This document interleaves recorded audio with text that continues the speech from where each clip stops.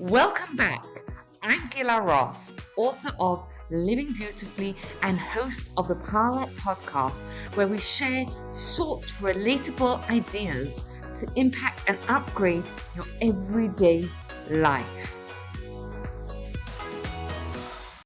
Belief in God. Why do you think we're starting with belief in God? Why do you think that's kind of like the first class on the curriculum of Jewish thought? It's central to Judaism. Everything in Judaism is centered around our relationship with God. So that's why we're going to start there. But I first wanted to kind of look into and say, how much of an emphasis does Judaism put on belief in God, and what sort of belief in God are we supposed to have? Does God just tell us, I want you to believe in me, and then we believe in him? What kind of thing is going on? So to start off with, there is something in Judaism called 6 constant mitzvot. So constant mitzvot. So if you've never heard about it before, in case you ever thought Judaism was overwhelming and a lot, wait till you hear this, okay? So on top of everything else that we have to do, like stay alive and the mitzvahs and whatever, there are 6 mitzvot that we are supposed to be constant awareness of. One of them is belief in God. So I'm going to throw a question at you. How does God expect us to live our lives, do mitzvot, be kind to other people, and on top of it, have these 6 mitzvot constantly in our mind? Right? Like, I'm supposed to constantly be thinking of that I believe in God. So how can God expect that from us? Does anyone here drives? Yes, you drive. Remember the process of learning to drive? So I come from the UK, and in the UK, we learned to drive in a manual car, right? Which has anyone here drives manual, knows how to drive? Right. So on the manual, you have the clutch and you have the accelerator and you have the brakes. And if you go back to the first time you get into a car, right? And you'll have to think about like the mirrors and this and that and everything, right? It takes every bit of your concentration to figure out how to do it. What happens after you've been driving for like 2 years, 5 years? It's automatic. All of a sudden you get in your car and you end up at home and you're like, I have no idea who was driving that car. I'm listening to the radio, I'm talking to people, and for me, I'm siblings in the back seat. So how does that go? How does that work? And it's exactly what you told us. Is because what once was something that we had to be conscious about goes into our subconscious, and then we're able to do it. So when Judaism says the constant mitzvahs, these are the constant mitzvahs, Judaism says these are core elements, core beliefs, core mindsets that are supposed to be so well ingrained in you. Just like when you drive a car and you can listen to the radio and you can have a conversation with someone and you can think about, it's all automatic. It should be so ingrained in you that it influences your life. It's exactly as you said, like it changes the way we live our day to day. Tall order. What does that mean? When Judaism says believe in God, what does it mean? Does it mean look out for experiences where God appears in your life and that's how you should believe in God? Does it mean read the Torah, and because the Torah says there is a God, you should believe in God? Does it mean go out and inquire and build a knowledge and find out if there is a God? What does belief mean? To me, so when you like sort of translate it from Hebrew, this really means belief in God from Hebrew. What is the word they use? You raised a fantastic point. I don't know if we're going to have a chance to go into it, but it's a whole nother topic. But because you brought it up, I'm gonna say the word in Hebrew for belief is emunah. The word emunah actually comes from the root word of loyalty, right? And it'll become apparent why. Because why loyalty? Because it's a unique human condition that we can believe something and do the complete opposite. I can believe it's healthy to go for a walk every day and stay home every day. You know what I mean? Like it's a unique thing. So when Judaism kind of talks about emunah, it's talking about not just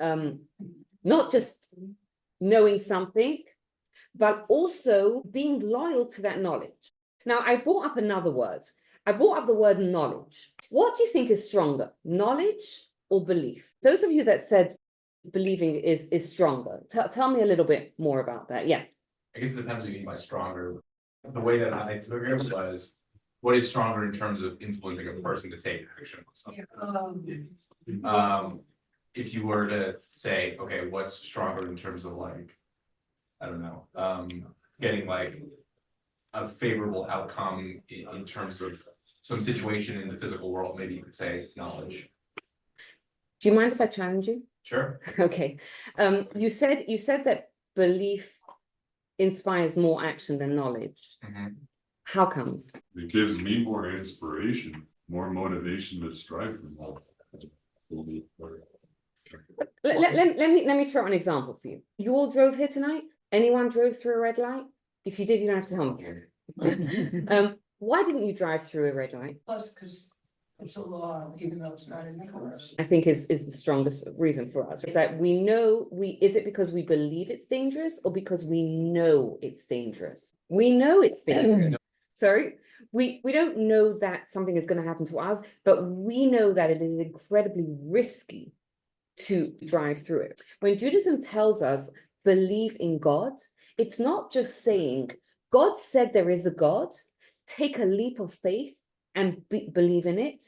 It's saying know that there is a God. And Judaism is telling us go and find out. So sometimes people feel bad about asking questions, right? Feel bad about saying like, I don't know if there's a God. Like, how do I know if there's a God? And you should know that not only is that allowed, but that's encouraged, because Judaism isn't afraid of those questions. We can sit down, and we're not going to have time to go into it tonight, but anyone that wants to do it, I'm happy to put on another class or something like that. But there are ways that we can come to knowledge. And when we talk about knowledge in Judaism, we talk about knowledge the way we do in the world. Is there such a thing as 100% knowledge in the world? No. What do we say? We look for knowledge beyond reasonable doubt. That's kind of the knowledge that we're looking for. Same in the world and the same in our Jewish beliefs. Is that right? So number one, the importance of knowing God is that it's founded on something.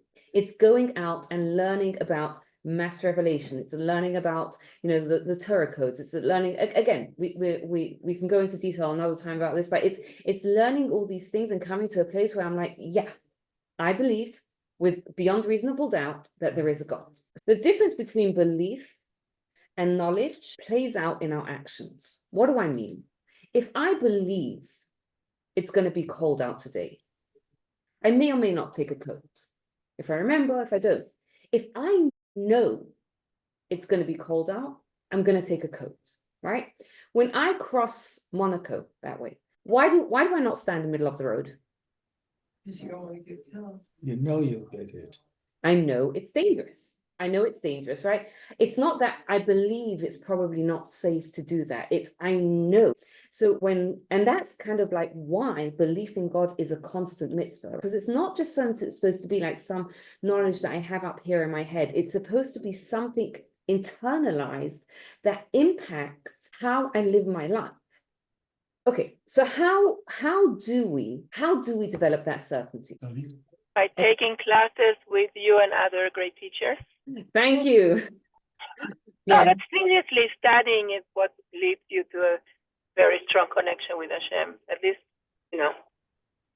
that's what I feel. Where I think what Hannah came up, what Hannah said comes up as well. There are 4 different ways that we get to a certainty, because it's not just an intellectual certainty that changes how we live our life, right? So the first one is intellectually, right? You go, you want to, you can look at all the different systems and everything else fails to explain the first cause, right? So even if you believe in the Big Bang, and again, anyone that wants to go into it in more detail, I'm happy to point you in the right directions or do another class on that, right? So that's the first thing. As Hannah kind of pointed out, is not everyone is a philosopher. Not everyone is so inclined to do that, So does that mean that someone who is not going to go and study it and look at all the different reasons that they can't develop the certainty? No, we can also develop the certainty. And that's done with 3 other ways. I want to, let me see if you guys can sort of guess this. If we want to take something that we kind of know, and we want to make it an integral part of our personality, our mindset, what do? Practice. Okay, so that kind of leads us to the second one, right? The second one is to act with belief. Sometimes we feel like I have to believe and then I have to act. I have to believe that there is a God. I have to believe that going for a walk is healthy for me, and then I have to do it. And it's not necessarily so, because if you act in a certain way, that strengthens your belief, right? If I'm going to go every single day for a 30-minute walk, that's going to strengthen my belief that it's good for my health, right? If I am going to act as if there is a God, that strengthens my belief in God, right? So that's one way where we kind of like take that like cerebral knowledge and we bring it and we internalize it. Any other ideas? I have to question the basic premise. I agree with everything what you said, thinking, acting. But if you're coming from a point where you don't have that knowledge, someone that hasn't been able to attend or know how to act or what the Torah tells us how to act, how does that person get to the point to act, to get his belief? So that is a fantastic question. And I would say it applies to anyone, no matter where they are on the Jewish journey, because you can see some. I'm going to say something a little controversial. Sometimes you see like a super religious person and they behave in a way that's completely inappropriate. They cheat on their taxes. And if you went to ask a person like that, do you believe in God? What are they going to tell you? Yeah. Yes. And if you were going to turn around to them and say, you believe in God and you cheat on your taxes, they would turn around to you and say, I believe in God. And that's the problem. It's that but, right? Like in our lives, like it doesn't matter where you are on your Jewish journey, the process is the same. We have to come to a place of knowledge, right? And if a person is grappling with the questions, you should know that there are ways that you can come to that place of knowledge. Then we have to act with belief, right? So wherever that means in my Jewish journey, whatever I know about Judaism, whatever I can take on in Judaism, for the super religious guy and he's tempted to cheat on his taxes, what he has to do is he has to say, oh my gosh, God is watching me, whether I believe it or not. But it has to be something for someone who's a beginner. And let them come to a class, whatever it is, right? Whatever their entryway is. But it's the process is the same, because belief in God means it influences our actions. And no one is there. No one is all the way there where they're like, don't do anything wrong, right? If you think about it, if like, I understand that there's a God and God created me and he created me for a purpose and he's watching, and we never do anything wrong. None of us are there, but that's what we're in this life for, to develop that belief and to get closer to it. So thank you for clarifying that for us. Talking about it. And this is, someone shared with me a story yesterday of Rabbi Shalom in BMH. Apparently he was giving his Dvar Torah on Shabbat morning, and he was holding his little kid on his shoulders, and there was a loud noise. And his kid turned to him. His kid turned to him and said, "What was that?" And he turned to his kid without stopping and was like, "That was Hashem," right? Now, the beautiful thing about this is that there's 2 beautiful things about it. Is number one, a kid that grows up in a home where God is spoken about has a different sort of appreciation for God. It's more present in their life. The second thing is for ourselves. If we talk about God, it brings it into our life. And it's interesting, because I sometimes find, like, as Jews, we're not so comfortable talking about God, right? Other religions are much more comfortable talking about God, but like the more we can kind of talk about God, the more it makes it a reality. Ask questions, but even just like, pray to God for things. Notice, as you said, notice the things that God does give us. Right? All those things, when we talk about God, and if you're comfortable with it, and if you're not comfortable with it, try and get comfortable with it, right? Out loud, that creates much more of a presence of God in our life.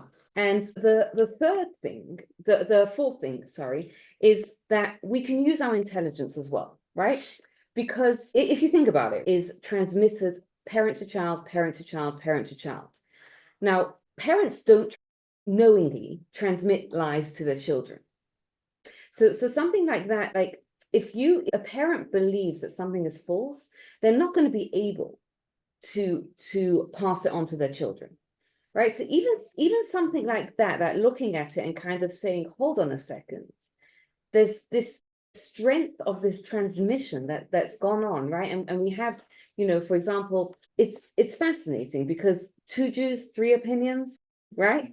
And yet, if you look at it, there is no argument amongst Jews whether Shabbat is celebrated on Shabbat or on Sunday, right? There's no other opinion within Judaism that maybe it's actually on a Wednesday, right? It's the arguments and the differences of opinions about the details, like the minor details, but when it comes to the core things, right? There's no argument about whether we were enslaved in Egypt or we were enslaved in Persia, right? It's the core details are all the same, and all these types of things, when we use our intelligence, we think and we ask questions about it, it leads us to a place of like, no. Any questions before we move on?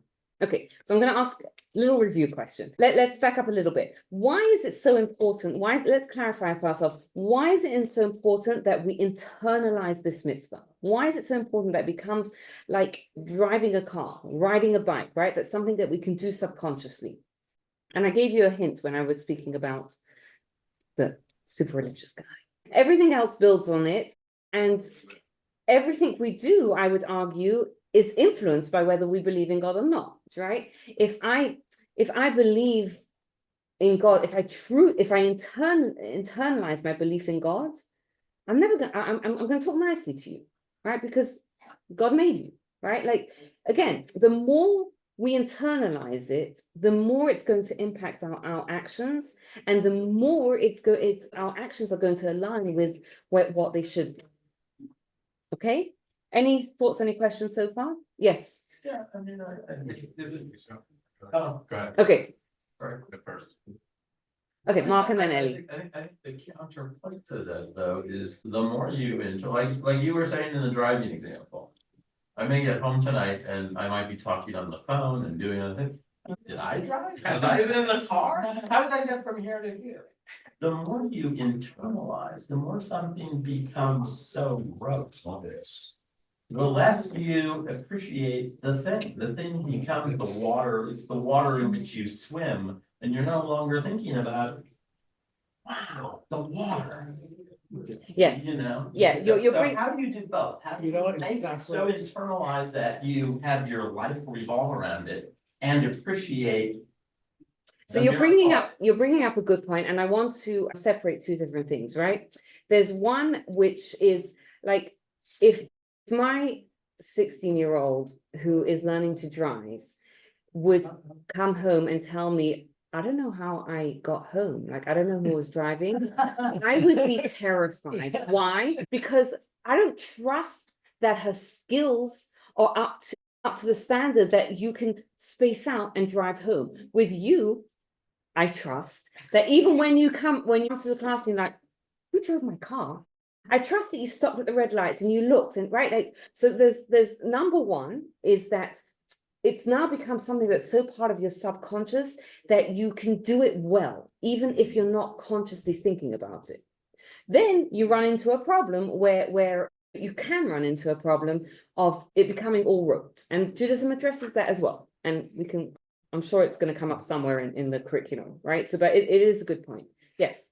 And my question was, it seems like we're starting from like step one being have this belief in this almighty, being, supreme being, that we sort of have to, I guess, summon this belief internally or intrinsically without having any kind of axiomatic like awareness of it. Well, I guess from my own perspective, like there were certain moments in time where I felt the presence of something that I could only define as God. And if I hadn't had those experiences, I don't know if I would believe it. So to say, believe in this first, and then we'll figure the rest out later. So there's a presence of this God. Tell me something about this God. It's there, and God's there, and he communicates with us. What we need to do is turn down the noise if you want to hear. Okay. It's everywhere, all the time, and within us. Okay. So anyone else? Okay, there's actually 5 elements of what belief in God means. When Judaism talks about this is what you should believe in God. There is belief in God's existence, which a couple of you already mentioned, right? This idea that there is a higher presence in this world, God's existence. There is belief that God is the sole creator of the world. There's a third one, which is that belief that God took us out of Egypt. A fourth element of it is belief that God gave us the Torah at Sinai. And the fifth one is that God will bring the final redemption, right? So when Judaism talks about believing in a God, right, it's, we can talk about words are meaningless until we define them, right? Like I could point to that and say, that's right, like that's what I believe in. It's what does it mean? It means belief that there's in the existence of God, that he's the sole creator of the world. He took us out of Egypt. He gave us the Torah at Sinai, and he will bring us the redemption. Now, if you thought having to think about belief in God all the time was a lot, now I'm telling you that not only do you have to believe in God, but you have to believe in these 5 elements of what God is. What does it mean? Like, what are these 5 coming to tell us? Like, why these specific ones? Because, for example, it doesn't say in the list of them that you have to believe that God is everywhere. It is, Judaism does teach us that God is everywhere, but that's not counted as one of these 5 core ones that you have to fulfill in order to fulfill the mitzvah. So why do we have to do that?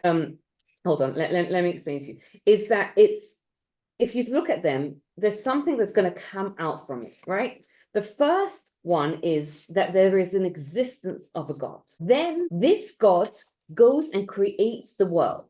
This God takes a nation out of Egypt and gives them the Torah. What is it kind of pointing to? What can we kind of infer from this? Yeah, sorry. He's giving us a map, which even on an even more basic level, it's kind of inferring that there's a purpose, right? Like, it's not just the world came into being and there's a higher power and we're just here, right? It's purposeful, right?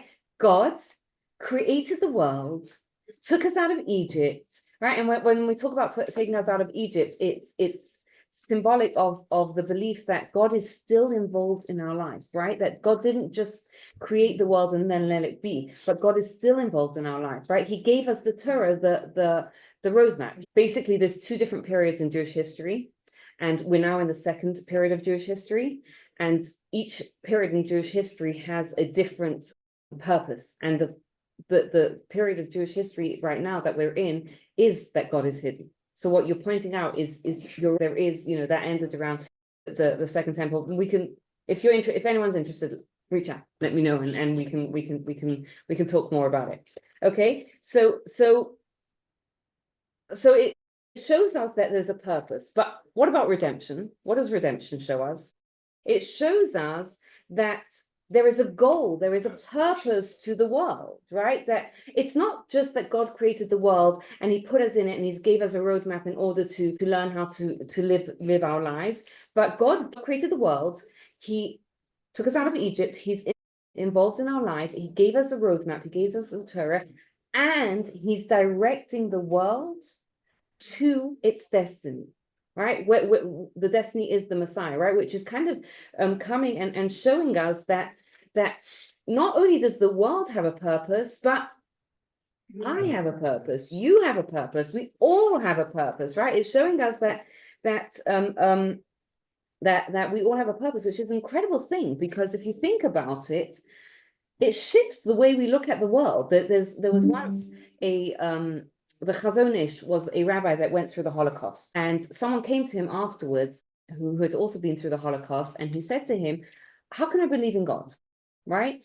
And the Chazon Ish told him, look, he said to him, if you went to a tailor and you saw this tailor taking a beautiful cloth fabric and cutting it up, what would you say? What would the tailor say to you in response? Just wait. right? And if you waited a bit longer, what would you see? You'd probably see the tailor create something beautiful from that fabric, right? And the Chazon Ish is saying the same thing to the person. He's saying that when we understand that there is a purpose to the world and there is a purpose to everything that happens, even if we don't understand what that purpose is, there's a little bit of comfort in knowing that there is a purpose. It's not just random, but there is a purpose. And again, that's a whole nother discussion, right?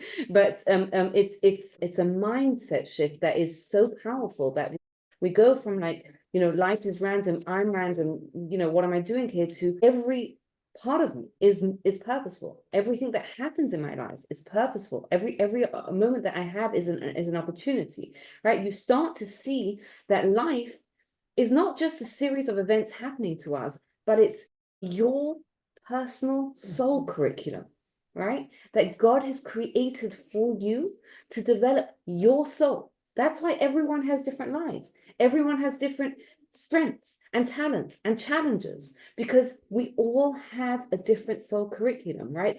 So we don't, it's not random, right? It's my soul curriculum. And of course, I want to make sure clear that doesn't mean it's easy, right? Because we're in the middle of the story. You're at that tailor and all you're seeing is him cutting up that beautiful fabric, right? You got to have faith that he's going to do something in it, right? And if you've seen that tailor, or if you've heard that tailor has an incredible reputation and he's made some beautiful things, it's easier to believe. Right. So the same thing is here, is that it doesn't necessarily help us understand, but it helps us live with the discomfort of not understanding. And I'll share with you a story. Quite a few years ago, actually, there was an IDF soldier that was kidnapped. His name was Nachshon Waxman, right? And what happened is he was taken by I believe it was Hamas, and they gave the IDF a deadline, right? That by Thursday evening, I think by Friday morning, they had to release a certain amount of prisoners, and then they would release Nachshon. And the story was around the world. I was living in England at the time. I remember when the story happened, and like thousands and thousands and thousands of people prayed and did mitzvahs so that Nachshon should be released. What happened, unfortunately, is that the IDF had a mission to try and capture him, to rescue him. Unfortunately, it failed, right? And he was killed, and one of the captains was killed as well. At the funeral of Nachshon, right? His parents stood up and they spoke, and they said, look, we don't know why we've had this most terrible tragedy happen in our life. And we do know that because of what Nachshon went through, thousands upon thousands of Jews gathered together, prayed, did good for each other. Like, we see that as much as, and those two things exist at one time. They were heartbroken, and they could see that, wow, Nachshon, our son, was a powerful conduit in world history. And years later, we're still telling the story, right? So we kind of like see those two elements, that yes, it can be really difficult. We don't necessarily understand it, and knowing that there's a purpose helps us understand that, okay, there's a purpose, and I'm here, and it's moving me and the world closer to perfection. Okay.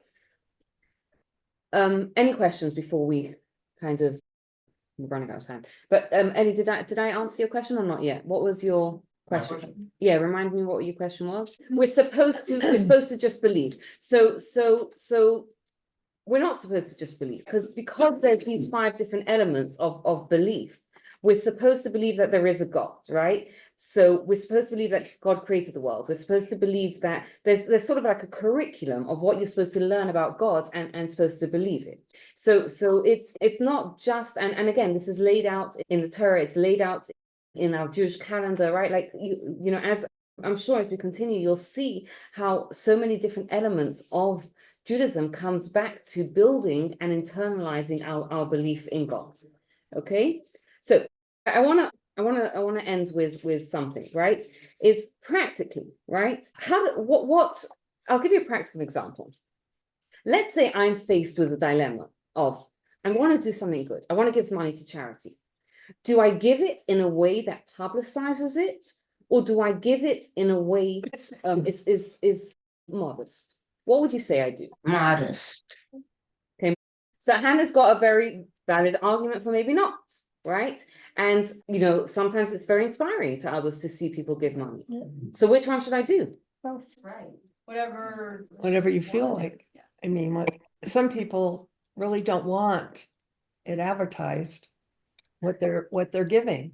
So I tell you what the challenge with whatever you feel like, for me, what the challenge with that is maybe I feel like getting the public accolades of giving a thing, right? And I'm not doing it to inspire others, right? People get inspired, great, but like I like the public fanfare. So which one? It goes to intent. What you're saying, it goes to intent. Both positions, because I've been in both positions. What your intent is, and which one will provide the greatest benefit to the community or to whatever you're donating to. Okay, so great. What I'm hearing you say is it's nuance. It depends. None of us around the table can give an answer because it depends. Sometimes the right answer will be, give it and publicize it because other people will be inspired to give as well. Sometimes the answer will be just give it modestly. How do we know the difference? And this is where someone who has belief in God can come to the right decision. Why? Because a person who has belief in God knows that God sees what I'm doing, and that's enough, right? I don't need the accolades of everyone else, right? Because God sees what I'm doing. God knows how easy or difficult it is for me to give that charity. And that's enough. And when we kind of like anchor ourselves to that belief in God, it helps us make the right decisions. Sorry, there was a thing. Okay, so to sum up, right? We spoke about, this idea in Judaism that Judaism is not just a leap of faith.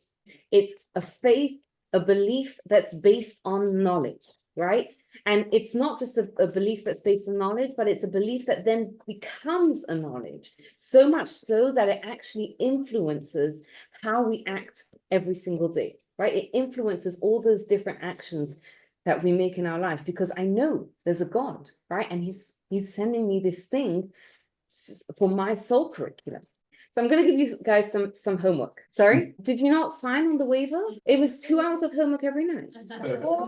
Read the fine print. You got to read. All right. So for everyone, I'm joking. Okay. So if you don't want to do it, you don't have to do it, right? So we said that, talking, acting with belief is what internalizes it. Once a day, you choose when, right? In the morning, in the evening, remind yourself that God is God is in my life. And evaluate your actions based on it. And you could choose when, anytime you want in the day. Was that so bad? All right. Thank you so much for taking the time to listen. I'd love to hear your feedback. And if you enjoyed this episode, you'll love my book, Living Beautifully, How to Bring Meaning, Joy, and Love into Your Life based on the timeless wisdom of Pirkei Avot. And please take a moment to rate, review, and subscribe to the podcast so you don't miss out. Have a wonderful day.